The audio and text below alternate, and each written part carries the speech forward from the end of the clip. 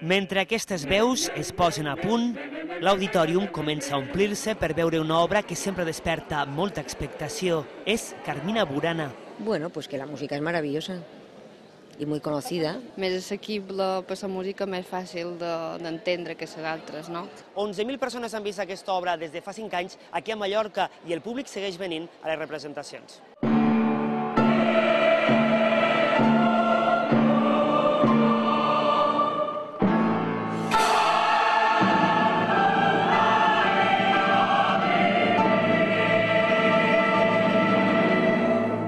I és que són molt pocs els que no coneixen aquestes notes creades pel compositor alemany Karl Orff. A nit la van interpretar més de 150 músics en directe, acompanyats amb diversos cors musicals, 2 orfeons, l'Escolania dels Vermells de la Seu i l'ensemble de percussió del Conservatori de Música de les Illes Balears. Hi ha moments realment impactants, altres molt subtils, i fa combinacions realment guapes entre els solistes, el cor, ten totes les combinacions que pot i queda molt bé.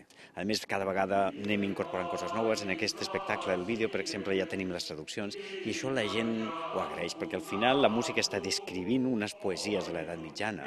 Una cantata escènica on hi destaca la percussió i la força instrumental. Potser aquesta és la raó per la que encara avui Carmina Burana segueixi fascinant i captivant a tothom.